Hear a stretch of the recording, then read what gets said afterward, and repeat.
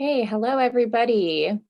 My name is Nabil Agajanian. I'm the Executive Director at the Montrose Verdugo City Chamber of Commerce. Thank you so much for joining us today, for those who are watching it live with us or who will be viewing it afterwards. And happy MLK Day as well. It just so happened to fall on today. But we thought we would bring on one of our chamber members, CR Digital Solutions, owner Chris Ryder, to join us today to go over some marketing tips for businesses, how you should be putting your business online, and just giving us a few pointers about what kind of routes we should be taking, especially during this time where everything is virtual. A lot of businesses have had to operate differently and into uncharted territories. So hopefully Chris can give us a few pointers that will help us enter this digital world a little easier. So with that being said, Chris, thank you so much for joining us. Do you think you could just give us a little background on CR Digital Solutions and on yourself? Sure. Thank you for letting me do this presentation today. Like you said, this year has been pretty rough for a lot of small businesses and restaurants especially. So I've been involved with digital marketing for quite a while. Just a couple years ago, I decided to go out on my own and start my own business called CR Digital Solutions. I have a team of experts that focus on SEO or the pay-per-click ads or social media, different types of strategies. So I work with them a lot to decide what's best for a client to use. So saying that, just want to go today, I'm going to kind of put up a little presentation. I want to go through, there's probably about 6 or 7 major marketing strategies you can do for online.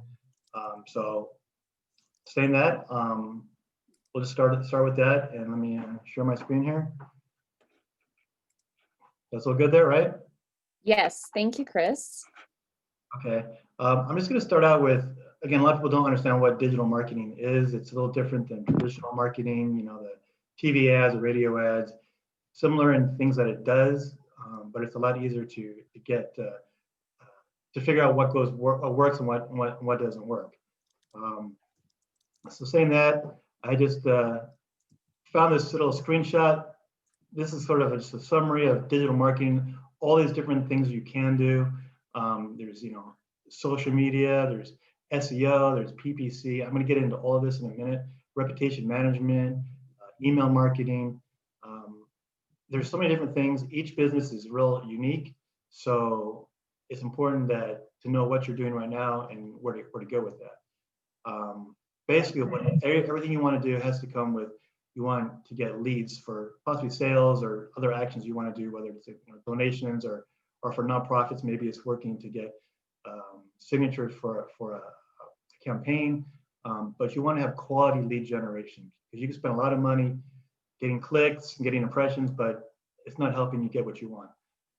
And the reality is, you know your business, you know what your customers want or they need, and it's connecting the two together to make things work. Most of you know about the sales funnel. You have a lot of people up on top trying to get in, and it goes down to your final sale. So you want to find people at the top. You might do social media ads, you might do pay-per-click ads, and again, I'll go through all this in a little bit. To help somebody, they have a problem, where do I go? Then you might look for a solution, then you evaluate alternate solutions, and eventually they're going to buy the product. You use different types of digital marketing, all those different levels of the sales funnel.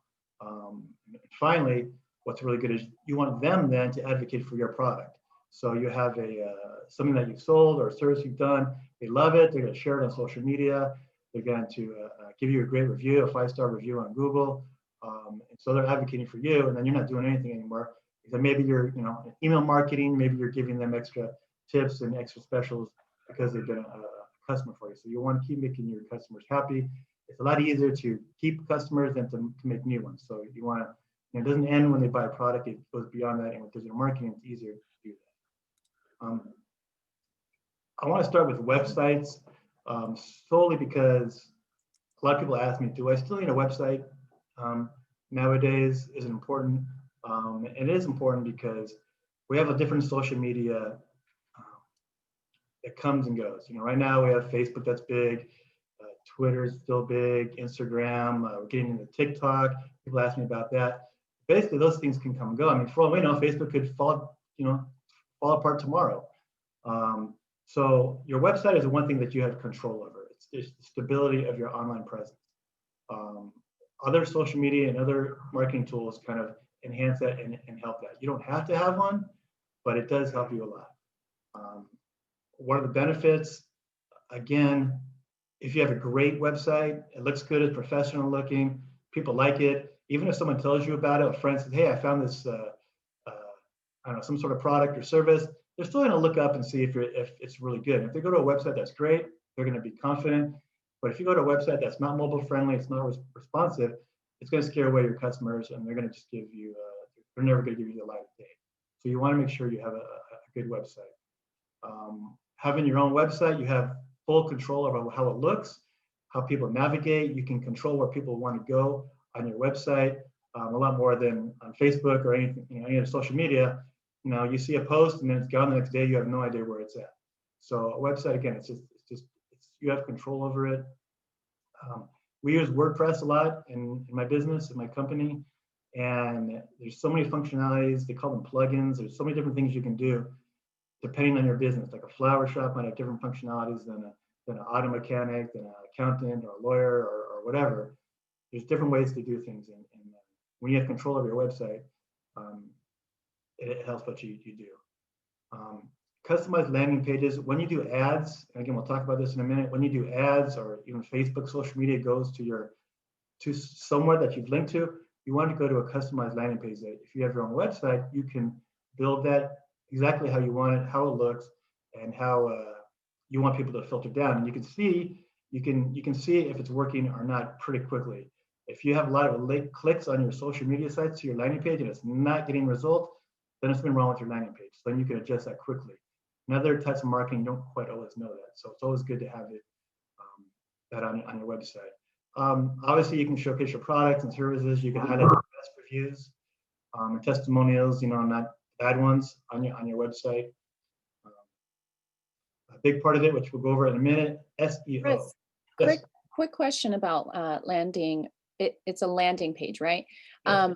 How is that different than a home page? So if someone has a website, should they seek, making a landing page, or are they just good with a home page? Because I think it might be confusing for some, the difference between the two, if you don't mind kind of elaborating on that.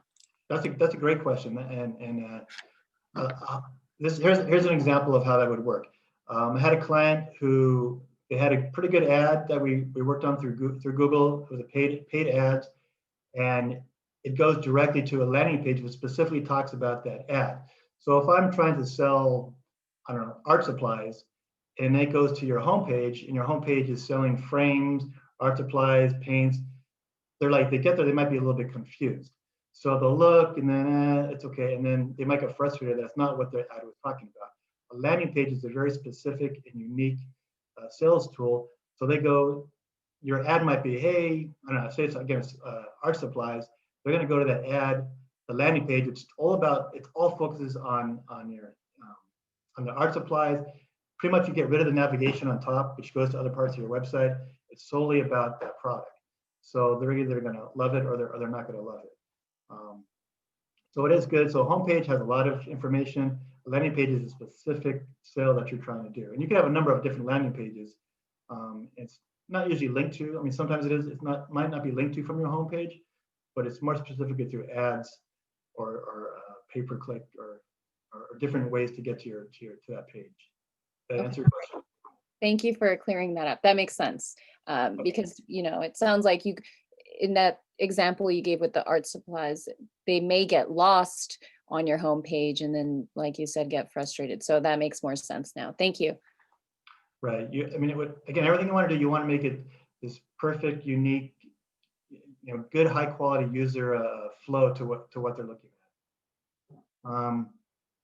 Google also, they don't search like apps. If a lot of businesses might just have apps, Google's not going to search it. So you're not going to really get new customers through Google if you only have apps. That's another reason why you want to have a website, because the SEO that we're going to talk about in a minute. That's what gets you ranked higher. I guess we skipped over this because your question. We'll talk about this in a minute about SEO, but it's an important way to get customers. Retargeting. I'm sure most of us now, we say we go on a website and then an hour later we go into Facebook and all of a sudden you see that exact same page that we're looking at. Now it's on your Facebook page, or you go to another website, nothing to do with your website, but then your ad comes up. That's called retargeting. So they know, people know that you've gone to your website, and then they can put ads on another website or on Facebook or on Instagram because they came to your website. You really can't do that if on other different options. So retargeting, it's a little more expensive to do retargeting because there's a lot to it. It's a lot more complicated, but it is very good strategy. So SEO, search engine optimization. This is the main thing I'm going to talk about. This really means if someone goes and they want to buy, say, a sliding glass door handle, which is what I did this weekend. I did a search. I don't know where to get that. I did a search, and it was like Home Depot, Lowe's, all the main big stores, right? But they didn't have what I wanted. So if you optimize your website with certain keywords, say you're selling sliding glass door handles, you want to be able to put certain keywords up there. So when someone does a search on Google, your site's going to come up. Your business is going to come up. Because there's 1,000 different ways to do that, which we'll talk about in a minute. But the reality is, all you're trying to do is get your business high up on your Google searches. And I mentioned Google because Google is pretty much 90% of all searches go through Google. People use Bing or they used to use Yahoo, but Google is just completely dominates all your searches. You do Google Maps, you search on there. Images, video, YouTube is owned by Google, and so it's just completely dominating. So I only mention that because you want to focus most of your, whether it's good or bad, you want to focus most of what you do on Google. If somebody does a search and they don't find your business on the first page, most people are going to go somewhere else. So you really want to do a lot of different techniques to get your SEO improved. I'm going to give you a few that you can do yourself, but a lot of it, there's a real skill to getting that done right. You'll see, get SEO done for $50. It's not gonna work. Again, just the same thing.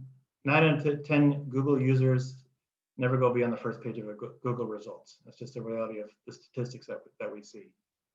So it's important to put money into SEO. A lot of people don't want to do it because it's a little more expensive, but it's more permanent in the long run than ads, which I'll talk about it in a minute also. So Chris, with SEO, if someone's completely clueless about it, do you hire someone to take on SEO, or where can they begin? I think some businesses have been feeling overwhelmed and they have so much on their plate, and whether they know what SEO is or isn't, it's not something they can take on. So is this a service that businesses like yourself offer to other businesses? Yeah. SEO is like the kind of hidden grail. I don't know if that's the right word. It's like this magic out there that it seems complicated. People they get afraid of it. They don't want to spend the money on it. Reality is you really have to know what you're doing. And again, there will be a lot of companies out there which will try to do it for real cheap. And part of it is finding the correct keywords that people would search on. So a business some people might find keywords for you, but it's not really going to help your business. So they may rank those keywords high, but no one's going to search on those keywords to get to your business. So what happens is there's a whole SEO audit, which I'll mention in a second. There's a whole audit of your website. What's good, what's bad, what your competitors are doing. There's just a whole slew. There's hundreds and hundreds of things that are done, techniques that are done on your website and outside your website to get people to come to your site. All that together is called SEO. So yeah, it does take some skill to do that. I mean, my company does it. A number of other companies, can do that. Okay. I know we have specialists who that's all they focus on. Okay. And again, the reality is you want to do the big thing of SEO is you want to have a high quality website with a good content, so you become the authority. So if you're selling, small trains, say, what are the little trains? What are they called? If you want to become the authority on that, you start writing blog posts, and we'll talk about that in a minute. You start doing things which will make you the authority. Once you're the authority on it, Google will like that, and they'll rank you higher. I think maybe this little ranking cycle thing I have showing right now.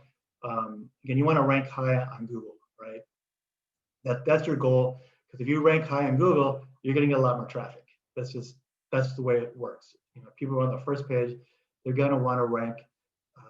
You're going to rank high, you're going to get a lot of traffic. If you get a lot of traffic, you're going to get more sales or whatever actions you want done for your business or nonprofit or whatever it is. You're going to have people linking to your site. You're going to get people sharing your site. You're going to get much more people going to your site. So you're going to become that authority. When you're that authority, then Google's going to rank you high. So it becomes a cycle. All these things you want to do to rank high in Google. You're going to get more sales out of that, more traffic, more links. You become the pro. People go to you. That's just sort of the way it works. That make sense? Okay. So just there's two things. There's on-site SEO and there's off-site SEO. On-site SEO are things you can do yourself. There's some things you can do, but there's a lot you can't do. And you go on YouTube and you study a whole bunch of different techniques. You can learn it, but it doesn't make sense if you're a business owner. Why would you want to be doing this stuff? It is much better to hire someone who knows what they're doing. So there's on-site techniques to help you make your website so Google loves it. And then there's off-site techniques, which you want to do. You get reviews. There's social media techniques that you want to get people to your site. You want to get on certain lists so people can come on your site. You want to have links that come to your site. There's called backlinks. I know it's a lot of information right now. I don't explain them all. There's a lot of different techniques, but it's mainly on-site and outside. And all I'll say with that is it all has to do with the content that you have, so people will come to your site. And again, you want to make sure you have the highest quality customer experience so people will come to your site. So here's some tips, just maybe some you can do. The most important factor, if you have a website right now, you need to make sure it's mobile friendly. They also call it responsive. What that means, if you go to your phone, which most people use now, and you look at a website and half the website is not in the site, it doesn't expand or go to the size of the phone, people are going to not like your phone and they're going to go to it. You want to make sure you have a great user experience, that it's mobile friendly. That is the most important thing that you should be doing right now over anything else. Secondly, you need to make sure your site is secure. What this means, a lot of people have older sites and you have this HTTP with that S on it. What's going to happen is you're going to get this little bad lock. And if you click on it, usually a big screen comes up and says, this is a dangerous site. Are you sure you want to go there? And 99.9% of people are going to say no, and they leave your site. So you need to work with your hosting company, wherever your website is being hosted, to make sure your site is secure. So you have HTTPS. That's going to be good. And Google can't stand bad URLs, so you need to make sure that your site is secure. So most importantly, make sure you're mobile friendly. If you're not, get someone to do it, whether it's my company or somebody else. Make sure they do it and make sure it's user friendly. Couple things. I mentioned getting the audit of your site. There's a cost to that. It could be between $600 to, it could be up to $3,000 depending on what your site is like. There's a lot of work that goes into finding out what's best, how to best use your site. What's good, what's working, what's not working. Are the titles bad? Are the links bad? How keywords do we use? What's your competitors doing? All these different things that an audit will show you, and then you can take that and you can do have SEO done for you, or you can try to do some of it yourself. Make sure your URLs are readable. For instance, this one's bad, wearcv.org. It has a date, it says it's a blog, but it has this weird number on it. Google does not know what that is. So they like to be organized. They would want something more like this. 10 SEO tips for small businesses. They know exactly what that is. It's pretty easy for Google to understand, and they will rank that much, much higher than the other page, which might be the exact same information. Use little URLs, little hyphens within your URLs like this to split up the words. Don't just have one long word because Google won't like that. You use little hyphens now. That's the best thing to use. And put keywords in your URLs also. So for instance, when you write a web page and you have a title for it, make sure it has like SEO tips for small businesses. That might be a keyword that you would use. So make sure that's in your title. Images are important too because Google does a lot of searches on images. Make sure that the titles are readable. Usually on an iPhone or an Android phone, you take a picture, it has some crazy name on it. No one has any idea what that means. Rename it before you post it on your website. And then there's this thing called an alt tag. This means if the image doesn't show up, you're going to see text, which you've probably all seen. You're going to see text which shows exactly what that is, what that means. And Google will say, "Oh, that's a Labrador with a red collar and black spots." So they'll know what that means. And again, it just helps optimize your website. There's a phrase called long tail keywords. Again, I know I'm telling you guys a lot of information here. Long tail keywords. It's important that you understand what people want to search on to get to your products. Just for instance, you might say flower store, but then everyone's going to do flower store. There's going to be a lot of competition, and your site might not jump up to the top. So you want to say something like best flower store in Montrose for weddings. That's going to much more likely focus on Montrose for weddings, for things that you do. So you want to focus your keywords on what you do, but also make it so it's probably easier for people to find what they might search on. Also, voice search is becoming much more prominent. My family got 2 Alexas for Christmas. So I'm not sure why we got 2, but they have 2 of them now. So people are starting to focus their keywords also on what you might say naturally. Like instead of saying coronavirus 19 vaccine shots, you might just say, "Hey Alexa, where do I find vaccine shots in Glendale?" So that long tail keyword is this: where do I find vaccine shots in Glendale? Blogging. You hear about blogging a lot, and I didn't understand blogging 10 years ago. Now I understand how it helps businesses. Before, when I worked for a nonprofit, I thought, "Oh, we're just getting more information out there." The reality is, it's all marketing. So people are unclear about blogging. Blogging is just a different way of selling your products. And why it's important is 70% of people would rather learn about business through an article, like how do I fix my TV set, or where do I buy a certain product, instead of just an ad. People don't like ads for the most part. But if you're reading about something, top 10 list of something of recipes, they might like that. They might go to that, and it's your business, and it just clicks. Hey, I remember that business down the road. So just statistics: businesses with blogs got 125% more leads than sites without blogs. So you could be losing a lot of business if you say, "I don't want to write about this. I don't want to do it." I'll tell you what blogging means in a second. But the reality is the more people who come to your site, the more business you're going to get. Blogs build trust with your customers. And again, it makes you this authority in your industry that Google likes and will help rank you higher on searches. So here's some examples. In Google, you get responses for different things, like say, like images for red soccer cleats. You're going to get soccer cleats like this right away. One of these could be your business, and if you've optimized your site right, maybe it's the third one. Maybe people will look at that. Why is the sky blue? For some reason, I guess UC Riverside Math Department wrote about this. This right here is a blog post. This is the blog post that they wrote, and that's the first thing that came up on Google was this blog site, which they went to. So you click on that, all of a sudden you're in the math department for UC Riverside. It gives them more people coming to their site. These two here, you'll see Google will respond with the steps on how to do something, but it came from this blog post that these people wrote. If they never wrote this, they would never probably be seen. Same with Bridgestone, they probably have a lot of money to spend on it. But again, here it says, how to change a flat tire. That's the title of their post. That's the title that came up here, how to change a flat tire. Keywords they use, steps for changing a car tire. But their site came up because they probably put steps for changing a car tire in their site somewhere. So blogging is important. people always ask me, what do we write about? I don't know what to write. I can't write. It could be just simple things. You might want to just put a list of your favorite Mexican restaurants. So say also a restaurant over here in La Crescenta, maybe they put out their 10 recipes. You know, right now, especially when, you know, maybe you want to do some stuff for yourself. So they put up 10 top favorite Mexican recipes. It might not even be their recipes, but they're just providing a resource for people to look at it, and it's on their site.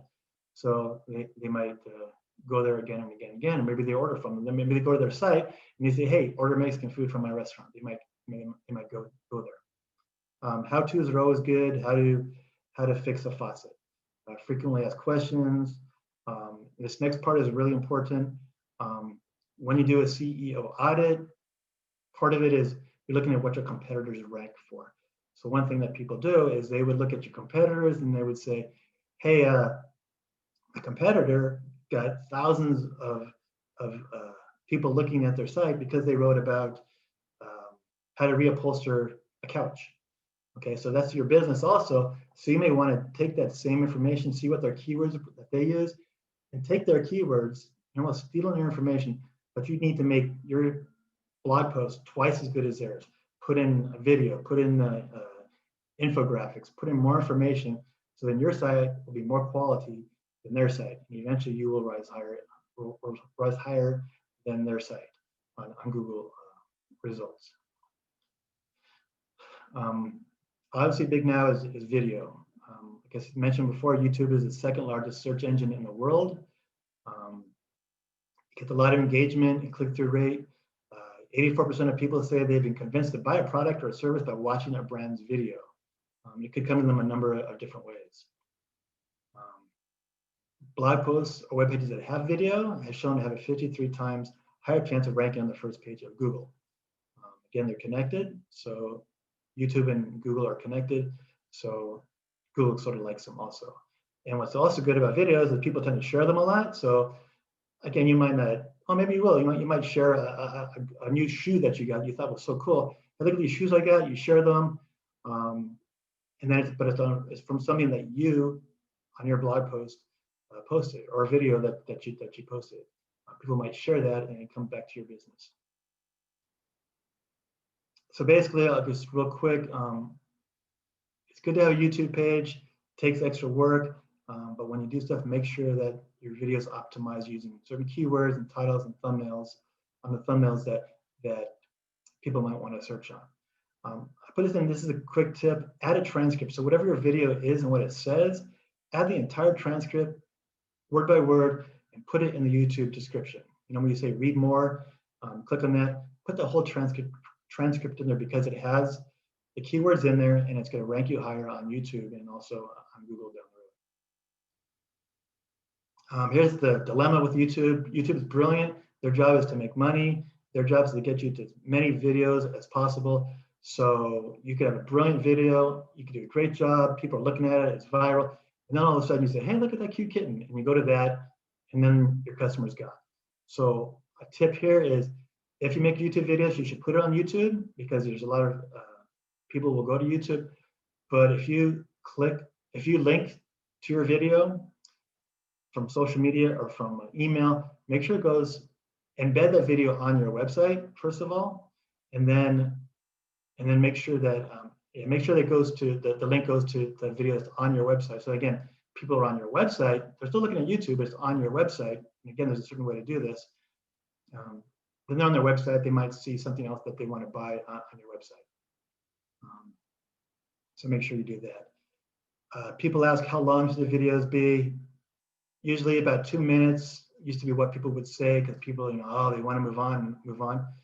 But lately, YouTube especially has said videos with 5 minutes or longer are getting a lot more results. 2 minutes might be for Facebook at the most, or Instagram or TikTok. They're like 10 seconds. So you have to think completely differently. The reality is, it all depends on what platform you use. But YouTube is liking higher, longer videos. It shows that you know what you're talking about. Most importantly, a quick tip: if you make a video and you spend all the time, creating it and editing it and making it look wonderful, make sure that you market that video right away within 24 hours. So have your email, set up to link to that video on your site, have your social media, have it all set up. So in that 24 hours, that's when YouTube looks to see if you're important enough. Right away, try to market yourself as much as possible in that first 24 hours. So in the coronavirus time, during this pandemic, a lot of people are doing a lot of different things.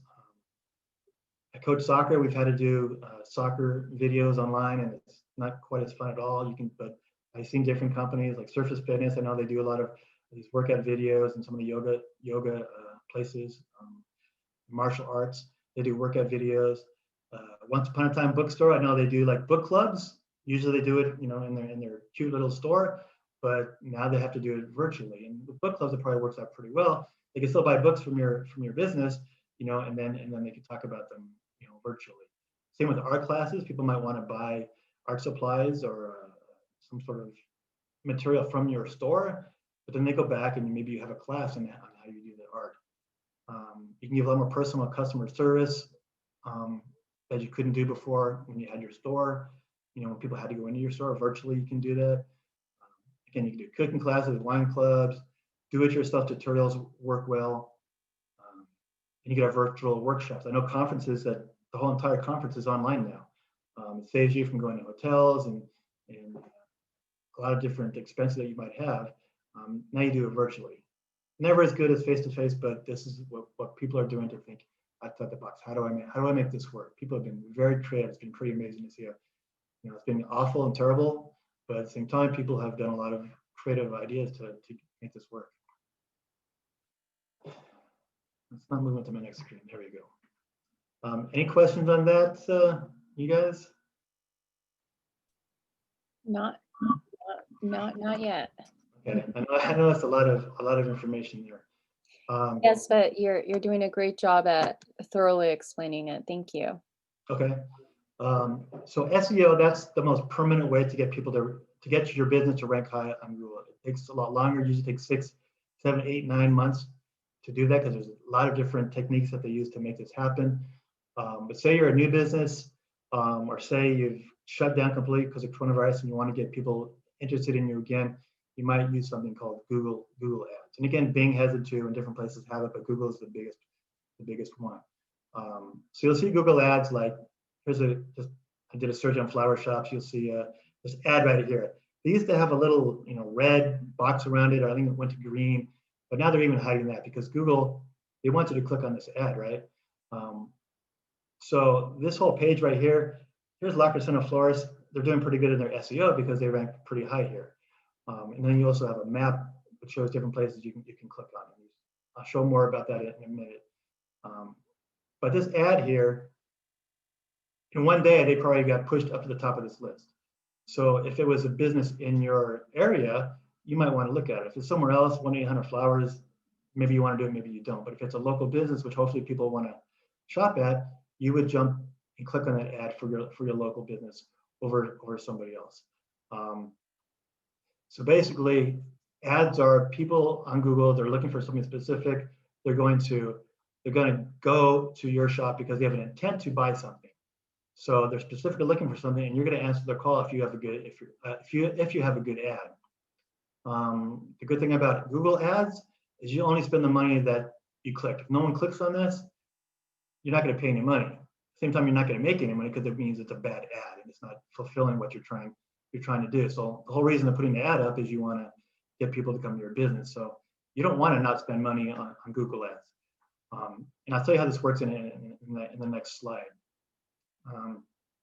Again, it's just quicker. If you want to get something quick, you can get ads up pretty quickly. There's a process to make sure if it works well or not. All the statistics behind Google Ads, you can put up like the same day flower delivery. There's maybe 10 different titles you would put up. It doesn't cost really any more money to do that, and you would see which one works. So say 60% of the people are clicking on one title, then you hide all the other ads. You say, let's put all our money into this one that has 60%. That's what we're getting results from. Let's go to that. And you don't waste money on the other ones because someone might click on other ads, but they're not getting the results that you want. So what's really good about Google Ads is you can look at all the statistics and see what's working and what's not. Now, your question earlier about can you do this yourself? You can, but it is just not worth it whatsoever. It's not that, I mean, there's an expense to it, obviously, but for you to try to figure that out is very difficult. Like even me, I have my specialist do my Google ads for me because that's all they do, and they do it really well. I would spend a lot more time figuring stuff out, and it'd be a waste of my time and my client's time. But it can be very effective depending on how you do it. For example, is PPC worth it? Why would you spend $150 to get a new customer when the product you're selling is only worth $75, right? You spend all this money, I'm only getting $75 back. It makes no sense at all. What you have to look at is something called, as salespeople, you probably know this already, customer lifetime value. So what this means is the average value, maybe it's only $75, but you get that person coming back for more and more and more. So lifetime value is the value of your order times how many times those people come back. So here's an example. Say there's a new baseball league in Crescenta Valley, in La Crescenta. They're spending a bunch of money on paid ads, and they figured out through the statistics that it costs $150 to get a new player to come to one of their baseball clinics that they wanted to do. So one player equals $75, but they spend $150. But if they're good, they have a great product, they're doing great with their clinics, that player is probably going to come back again. And then maybe for 2 or 3 years, they're going to come back. So they spend $150 to get that player, called an acquisition to get that player or customer. But reality is they made money off that. They made $450 and they spent $150. Now, besides that, they're going to tell their friends and their family, again, if it's a great experience, so you're going to even get more. So that $150 got you that $450 plus even more customers that you never would have got if you didn't do these ads. It has to be done right, otherwise you could waste a lot of money. Okay, so that's all Google ads. Again, there's a lot to it. Any questions on that? Okay. Yeah. Social media marketing. That's what most businesses like to use social media. There's a good reason for it, and I'll tell you why it's good and why it's not. Each one of these are like the main social media platforms right now. Facebook, Instagram, LinkedIn, Twitter, Snapchat, TikTok is big now. I can't go into detail on each one of those. That's an easy search. You guys can find out what works for your specific business. All I want to say is here's some tips. Make sure you have a Facebook business page. A lot of people sometimes use their personal profile for their business page. It might work because it's personal, but then you're missing out on a whole bunch of information you can get from that business page. And eventually, it might not look professional if you're doing it through your personal profile, and maybe you're showing all these great political views that some people like and some people don't. It might hurt your business. There's something called a Facebook pixel, which most people don't know about. Look into this, or again, a company can help you do this. A Facebook pixel is something you put on your website. So what it does is it connects your website to Facebook. And from that's where you can grow your audience. So if someone goes to your website, eventually you can maybe take those same people and you can target Facebook or people who like your products. You could figure out a lot through this thing called a Facebook pixel. I won't go into it too much. Just look it up. It's important. If you want, I could talk to you later about that. It's very important. Also on a Facebook business page, you have something called Facebook Insights. This is where you see who looks at your pages. Is it males?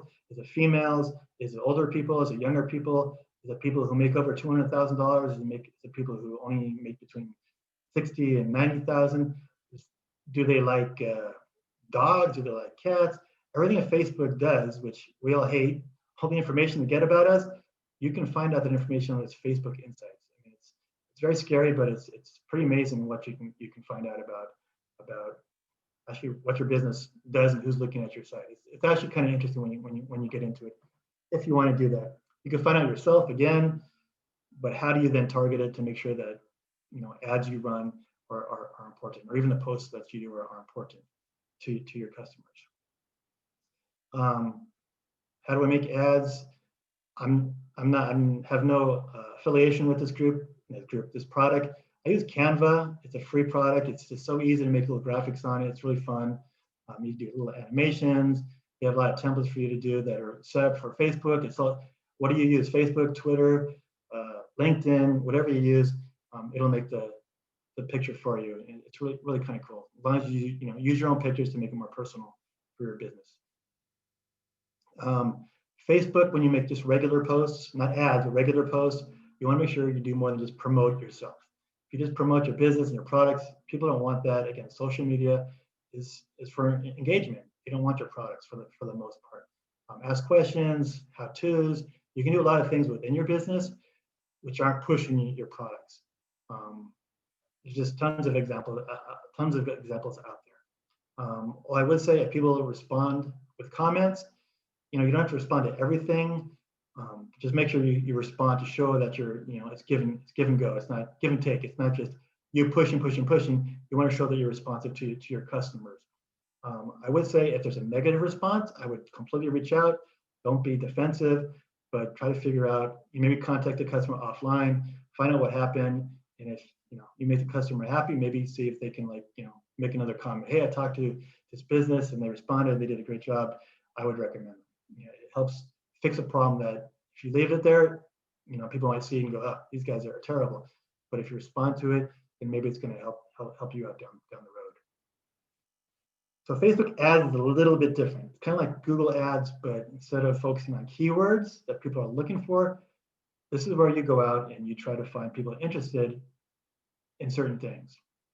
Now, Facebook is there to make money. They're huge because of ads. They're not just there so you can share kitten and kid pictures and show what you did all day long. They're there to make ads. So problem with that is if you do regular, they call them organic posts. If you do regular posts on your business post, pretty much only 6 to 10%, this is how Facebook has set it up, only 6 to 10% see that post. So say you think you spend all this time making this great post, how you have 100 people following your page, maybe only 6 people saw it. That's awful. So to supplement that, they've decided this is how they make money, to make Facebook ads. But what's great about Facebook, again, they have so much information about your likes and what you've done, and it's still huge, no matter how it has some bad times this year, it's still huge and massive. A lot of people still use it. Most people still use it. You can target very specific groups of people. Again, you test it to find out what works, what doesn't, and eventually, it takes some time, you'll figure it out. I know a lot of people who, I'll do it myself, Facebook ads don't work. Well, they don't really know how it works. And it's kind of like, if you have a problem and you need surgery on your brain, you don't go to just someone who's not a specific brain surgeon. Not that, obviously, it's not that big, it's important, but it's the same sort of thing. People try it because it's free. You can do free ads, but it's really not going to work very well. If you do it yourself, you can do $5 a day. There's certain ways to limit it. You can reach 1,000 people possibly with ads. Again, it all depends on how you set it up. Just so for an example of some costs, I just use restaurants. These are, again, on this company called WordStream. You can do a search for ROI, which is return on investment. It gives you all these different pieces of information. 42 cents per click. That means for every click you get, you're going to end up spending 42 cents. If you're a restaurant, that's one of the lowest industries. That's one of the lowest costs. That was pre-COVID time. Now I'm not quite sure how it works. I don't have numbers for that. They don't either. They're still trying to figure it out. But for an example, you spend $100, not just impressions, people seeing ad going on your feed, your Facebook feed, but you're going to get 230 people clicking on your ad for $100. That's pretty darn good. Now, if no one follows through with that, that means again, if they went to an ad or a landing page that wasn't very good, they're just not going to stay. So it's not just that they're getting clicks. What happens after that, and how do you follow up with that? That's important too. The next one I'm not going to talk about too much. Again, you can spend a lot of time on each one of these. Instagram, Facebook owns Instagram. It's like their little brother or sister. It's much more visual. Same thing. You have your personal account. Make sure you have a business account too. All I would say is just take time. If you take time to figure out if this will help your business or not. If you're a bakery or a restaurant or arts or anything that's visual, you want to be able to figure out how to use Instagram to your advantage. Again, you can search to see how to optimize your profile, but you want to make sure it fits your brand, that you're pushing your brand without making it look like you're pushing your brand. The stories on Instagram are great to kind of tell a story. One thing that's maybe big now with coronavirus still hitting us, kind of go behind the scenes. If you're a restaurant, maybe, well, how do I make my food? What's going on? How am I making sure everything is safe when people pick up food at my restaurant? Maybe just show some quick things. Maybe you show like some crazy mistakes that happen when you're trying to do something, just to get people interested. But also maybe the, hey, I like that this guy's putting recipes out there. I like that these people are showing me how to build things or fix things. They'll follow your page, and maybe they'll eventually come and get business from you. Understand what hashtags means, what your audience is following. Maybe do some contests with user-generated images. Maybe do a contest. Hey, try this recipe with and add something to it and show me. Take a picture of it, and maybe the winner will get a free dinner or something. You can be very clever in how you figure out how to do these kind of ideas. LinkedIn it's very baffling to most people. Most people think I just go there to put my jobs up there, but it's really now much more for businesses to businesses. Again, I would look into it if you're a big business or you want to try to get other business to help you out or to buy your products or to buy something that you're selling. What's neat about it is you can target ads to specific job titles, whereas other social media is more about things and topics.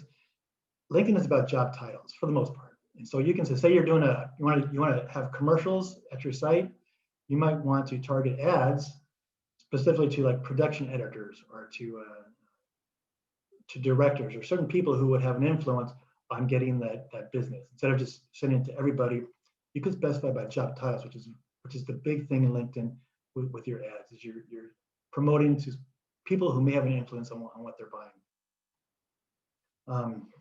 Twitter, I don't want to talk about Twitter right now. It's too crazy. It's very complicated. It can be great for business. I like it a lot.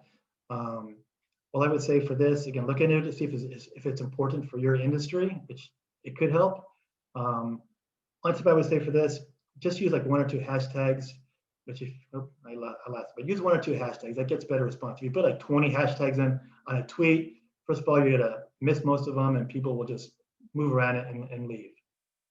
Snapchat and TikTok, these are the new kids on the block.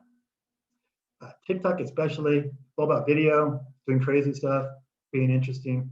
These are both all free to get, but it takes time to understand it. They all have ads now also.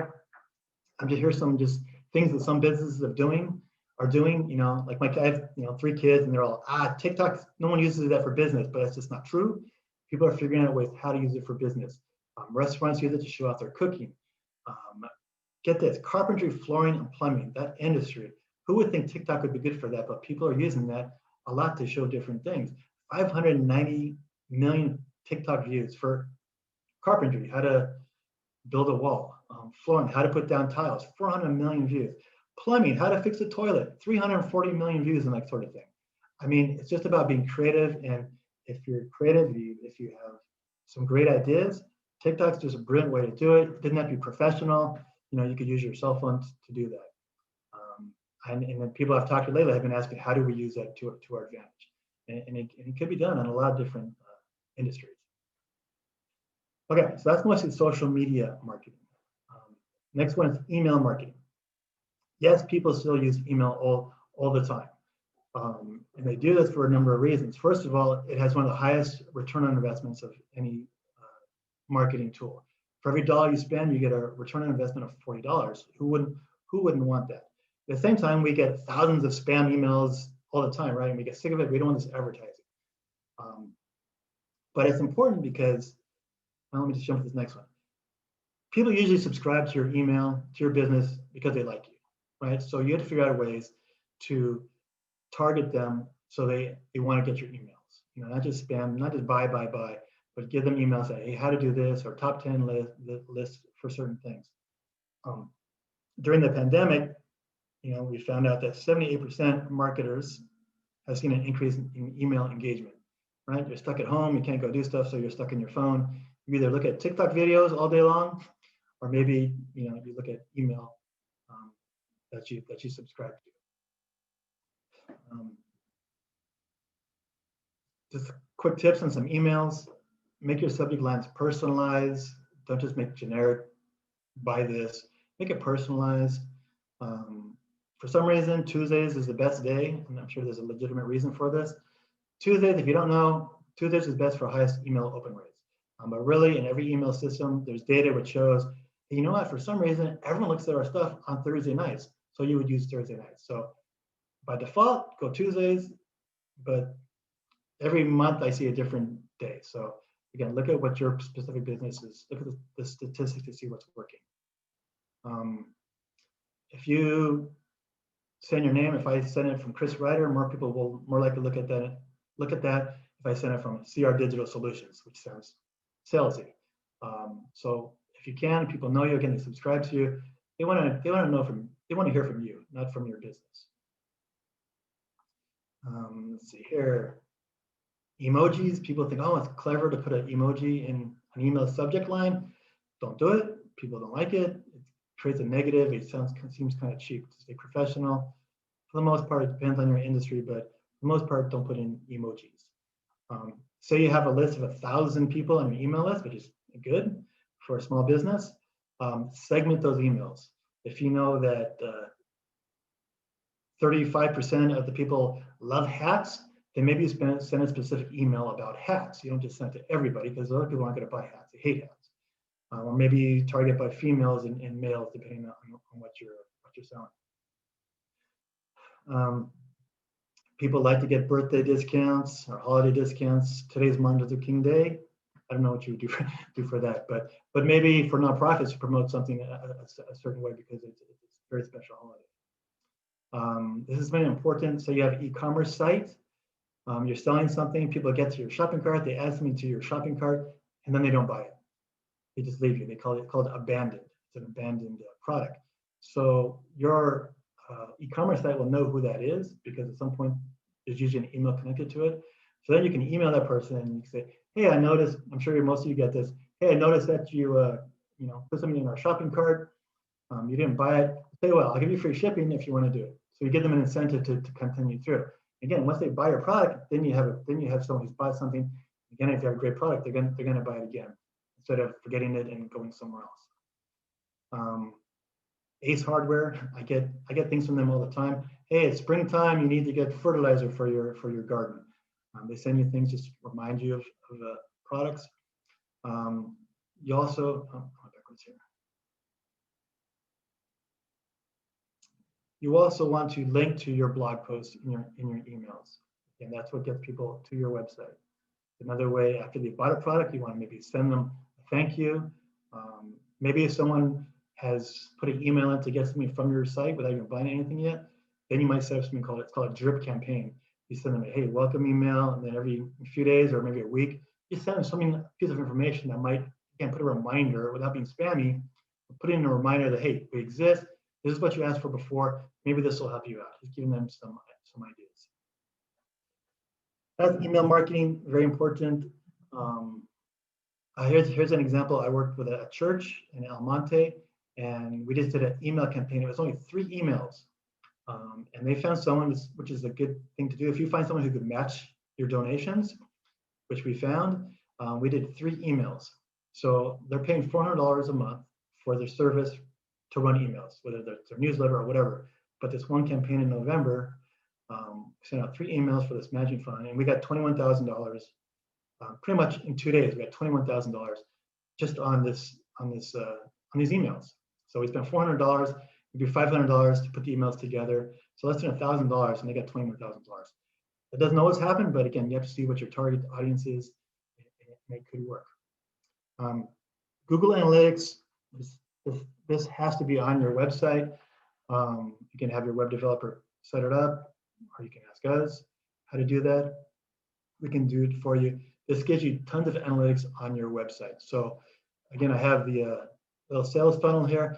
You can see what people are hitting certain pages up high and near your products. When they're selling it, you can see where people are buying things. You can see if people go to a landing page, it's not working. Why isn't it working? You can see that tons of people are hitting your landing page or another page that somehow they like. Just for some reason, wow, that's a great page, and people have shared it. You can see all that. You can see what came from Facebook, what came from Twitter, all from Google Analytics. It's just a must that you should have. You're losing a lot of information if you don't have. I'm almost finished here. Before I showed you how, here's an ad on top, and I showed you this map and these three little, call it a 3-pack, call it Google 3-pack. These are ads.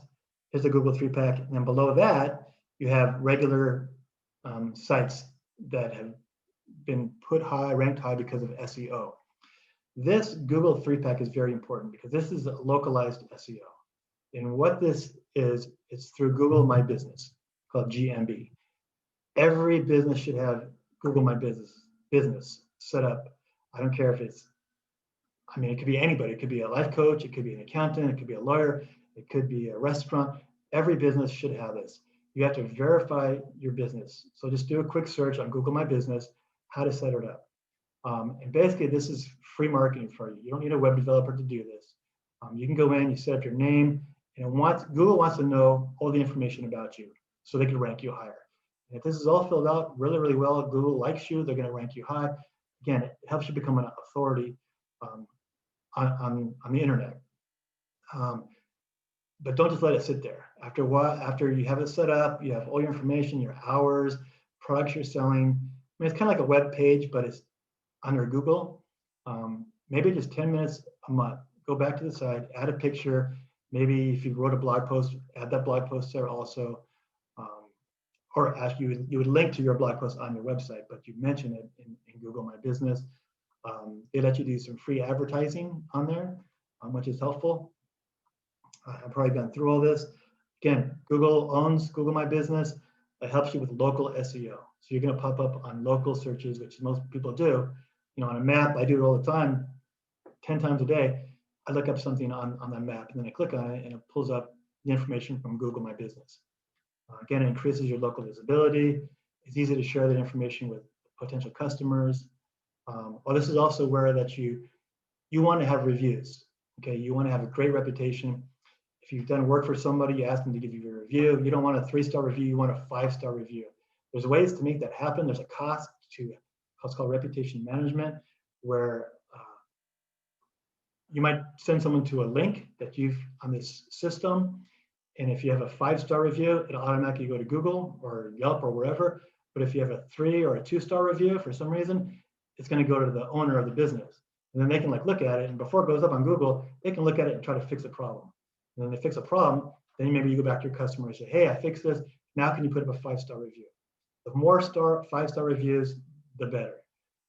Again, if you do a search online and you do a search, you're going to look for businesses that have a lot of reviews and a lot of 5-star reviews. If someone has a 2-star review, you're probably not going to look at their business. All right. Sorry, I'm talking a little bit fast here. Okay, almost finished. My final thoughts, you can do a lot of free marketing yourself. You can fix the titles on your web pages and try to organize things. But there's a cost to trying to find and especially keeping your customers.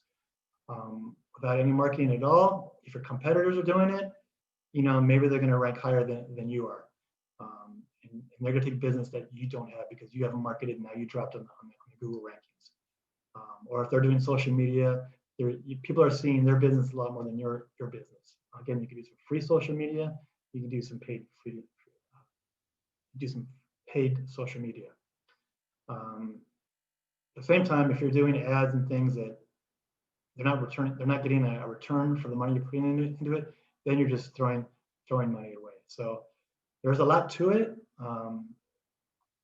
Just you got to be careful with what you're doing. A lot of people will give you, oh, we can do this for real cheap. It's just not true. If you want to learn it yourself, you can do that too. It's going to take a lot of time away from your actual business. I'm not trying to be a salesperson here whatsoever, but I've done it myself, my own business. I've tried to do stuff myself. Even though I know a lot of it, it doesn't always quite work because I'm not the professional on some of the things that I'm doing. So I want to go to the pro to do it. So to end it, I'll just say, hey, shop local, support all your neighbors. My 2 daughters, they work at Parodies Ice Cream right here. So maybe I'll run over there after this and go get some ice cream with them. I love it. That's pretty much it.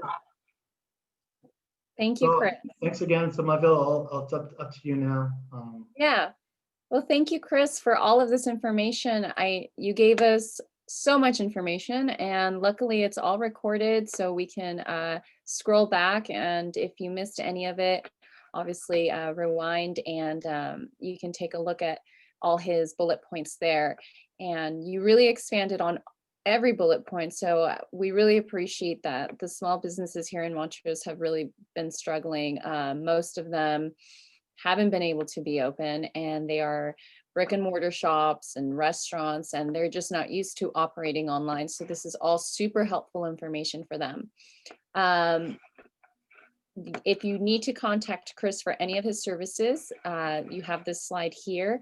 And also, Chris, I just wanted to ask you, because we touched on so much, websites, SEO, social media, do you offer all of these services?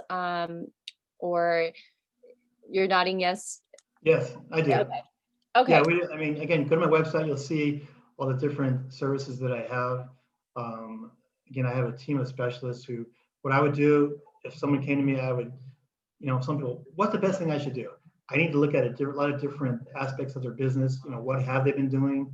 Right. Looking at their audience to see what you should be doing. Again, maybe a small bakery would be doing something completely different than a plumber. So Right. there's something might be similar, but you really want to be able to target that business and what works. But historically, what's worked, people always ask a lot for, well, can you guarantee that I'm going to make $1,000 if I spend $500? I mean, unfortunately, there's no guarantee on anything, but you go with what's been happening, what works in your business. I mean, if you put up a billboard, how do you know that it works or not?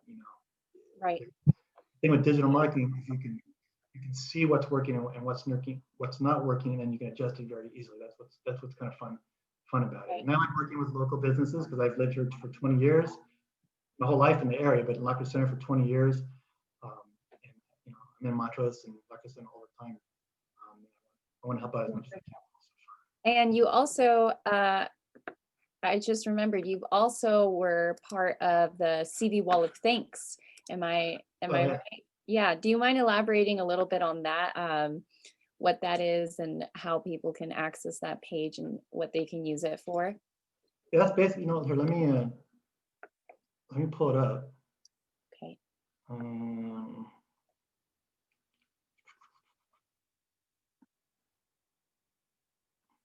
Yeah, I made this site called wearecv.org. If it pulls up here.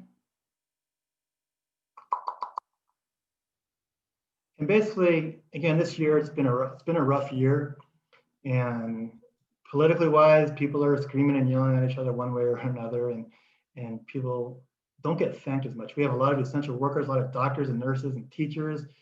My wife's a teacher. I mean, it's unbelievable the work she's doing right now. It's amazing, but it's they're learning a whole new technology on how to do things also. So I set up this page. It's basically just a wall of appreciation. So all I wanted was people just to put in, someone that they know, whether it's a doctor, a teacher, or whatever, the cashier at Vaughn's, and just say what they do, and put a little message.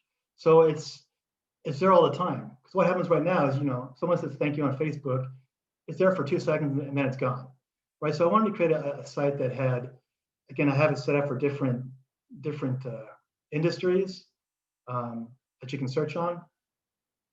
So I just created this kind of wall of appreciation. But what I want to do, and again, just over the years, seeing